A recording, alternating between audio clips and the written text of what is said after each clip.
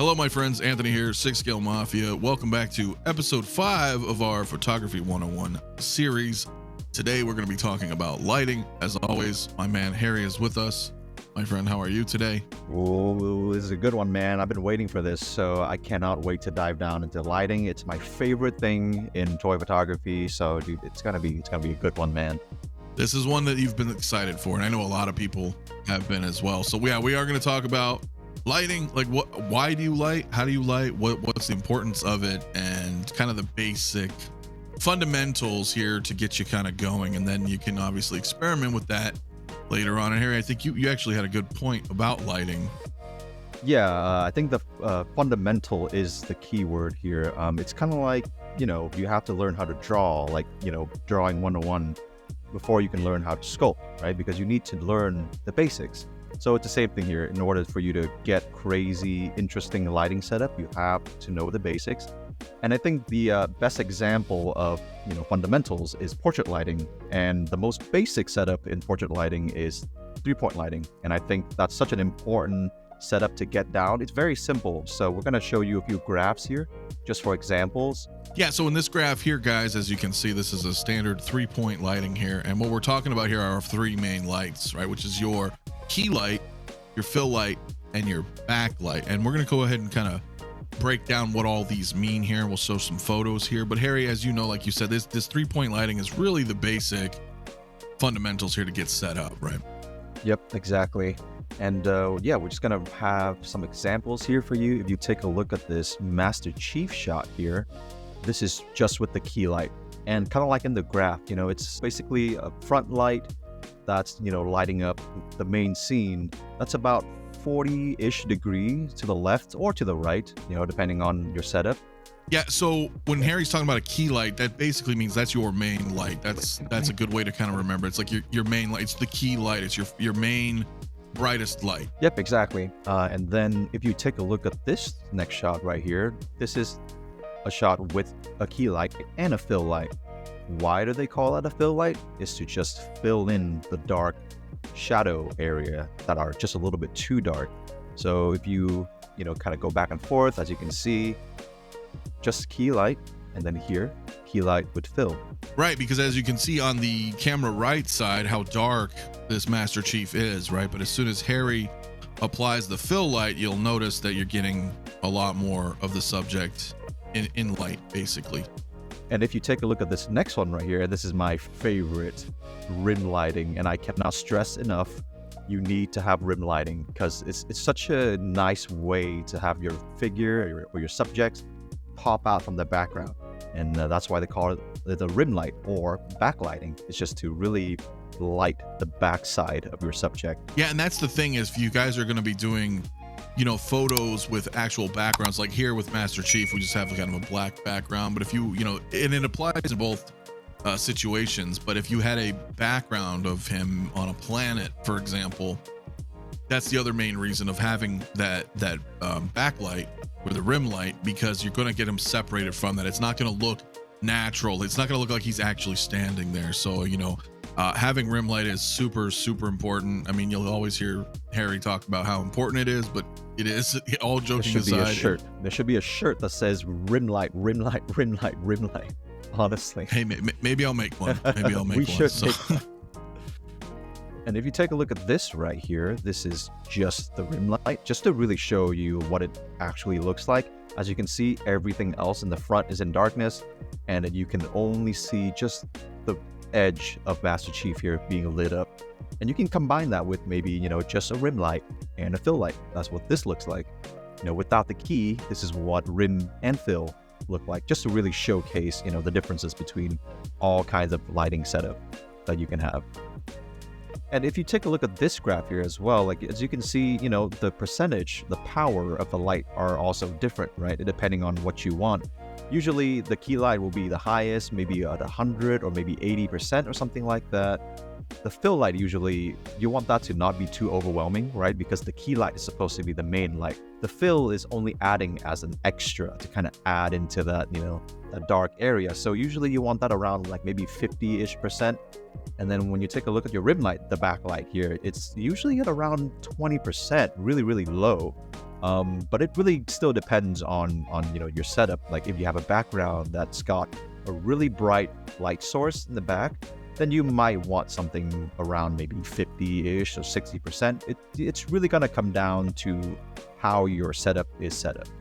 Yeah, and I think for the most part, this is just kind of a general guideline, the basics here. Like if you say did not have a background, right? You're shooting on a black background. And then of course, as Harry mentioned, if you're going in with more bright backgrounds, then maybe 20% key light is too dark. That's not enough light for you. You're trying to create this crazy pose where the sun is shining through, behind the subject, then that key light then that rim light's gonna be much brighter.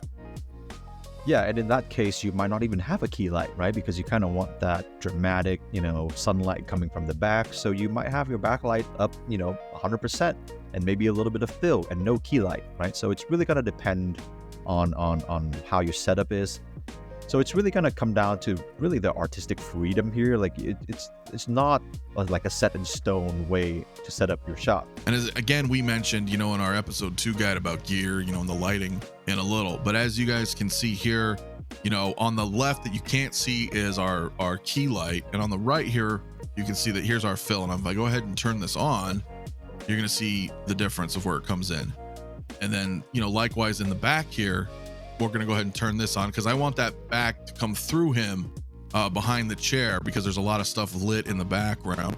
And the way this is set up, you're not going to see it in the shot because he's sitting in this chair. Yeah, if you take a look right here, this is literally the same exact thing that I did with Master Chief. You can see in this shot, that's the key light, the main key light that's going to light up your subject. And then with this shot, you can see clearly that there's some fill here to kind of fill in that dark area. And again, my favorite, 2 rim light, one from the back here, and then kind of one a little bit overhead, but it's also still from the back, and it's kind of lighting up his hair. That's also called a hair light as well. Yeah, and you'll notice with a couple of my lights, I went with a warmer color. You're going to see more of that sunlight, that warm, that low Kelvin that we talked about in our previous episodes. And the reason being is because of this background. You can see a lot of oranges and blues back there. So some of that orange I want reflected, off of the background, because it makes it feel more realistic. Those are lit up on the show, so naturally that bright light's going to hit your subject. So that's the whole point, is that we're trying to make your subjects actually look like they're a part of the background. So in one case you could use all white light, which in some cases I did, like a higher Kelvin, but I wanted to load that in. Like if you did a photo with a sunset, then you're going to go with warmer light versus a cooler light, right? Yeah, with my Master Chief shots here, I'm just using a white light just to really demonstrate, where the direction of the light is coming from. But with Anthony's shot here, he's trying to put like in this environment. So not only do you have to match the light direction, you also have to match the light colors as well. As you can see in the background, there's red, there's orange, there's blue. So a lot of times you have to match all of those colors, right? Because otherwise he would feel like he's not actually in the scene. So here's my final shot of Pike in the chair after going through post and doing my stuff that I do in Photoshop, which we'll cover in a later episode. But you can see here with all the lighting techniques that we just showed you, these all come together into its final shot here. Yeah, and one big thing to point out too that I'd like to mention here is in this particular photo, I didn't bounce any light at all. And we've talked about bouncing light, and we're going to show some examples of that as well. But it just depends on your situation. For me, I wanted it a bit more, I don't want to necessarily say harsher light, but I just kind of wanted a more focused light because he's sitting there at the bridge and there's so much light coming from behind him. And because they're different colors, bouncing to me, it didn't feel like it was going to work that well in this particular shot with what I had, available for me. But it all depends on your style here. And I know, Harry, you took a couple of shots here with direct light and indirect light, aka a bounce light. So if we can talk about that a little bit as well. Yeah, that's a great point to bring up. I think it's such a important thing to differentiate between bounce light and direct light. If you take a look at this Mando shot here that I did, this is with direct lighting, and you can see, look at his helmet. There's this massive highlight that's coming from my main light here. Maybe you don't really want that, right, for a reflective figure like this, because it just looks kind of random. Like, why is there a random circular blob of light? So how do you go about that, right? So take a look at the second shot here, where I'm balancing the light basically all over my ceiling, all over my wall. And as you can see, that circular blob of highlight is no longer there. Now it's evenly distributed all around the helmet, and it looks really nice and it looks really soft. And that's the key difference between direct lighting and indirect lighting, or also known as bounce lighting. And honestly, a lot of time with fill lights, I would bounce that as well, because direct lighting is going to be kind of overwhelming, right? And you kind of want that soft kind of glow, kind of ambient light to fill in that dark area. So I would usually just bounce your fill light.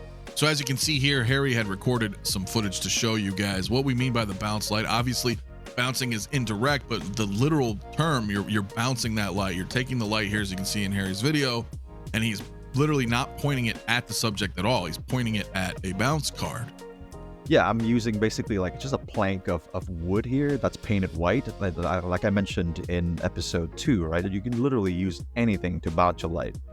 You can use a piece of foam, you can use a piece of cardboard, whatever you want to use. And if you don't have that, like I also mentioned in episode 2, you can literally use your ceiling and your walls. Like with this right here, I'm literally just taking my light, bouncing it all over the wall and the ceiling to get all of that nice, evenly distributed light back onto Mando.